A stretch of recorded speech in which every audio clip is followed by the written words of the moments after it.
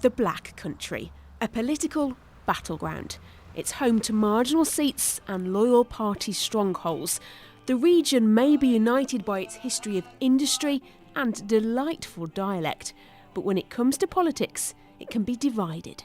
The Bellwether pub in Wednesbury is aptly named because it's in seats like this in the Black Country that on election nights, when the results roll in, analysts believe they'll get an indication from here as to how the country is voting.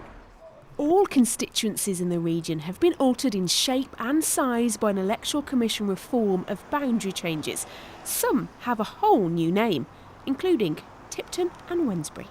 Named in the Domesday Book of 1086, Tipton was a series of small hamlets until the 18th century, when the discovery of coal and the construction of the canals led to its emergence as an industrial town.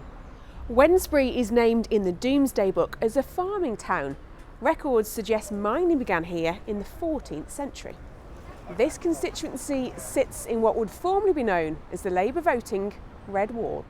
In fact, much of the Black Country was considered part of Labour's Red Wall until the wall began to crumble in 2017 and pretty much collapsed in 2019, with the Conservatives taking seats from Labour. Remember that one, when polling day was just before Christmas and Boris Johnson was the Conservative Party leader? Well, that year voters in the two West Bromwich seats elected Conservative MPs, albeit with small majorities. Not just West Bromwich, but in Wolverhampton and Dudley too. The national polls may predict a Labour victory. Keir Starmer has himself visited the Black Country a number of times in this campaign, adding fuel to his party's commitment to win back seats. Yet the Conservatives say their supporters may hold firm, and there's evidence to support that theory.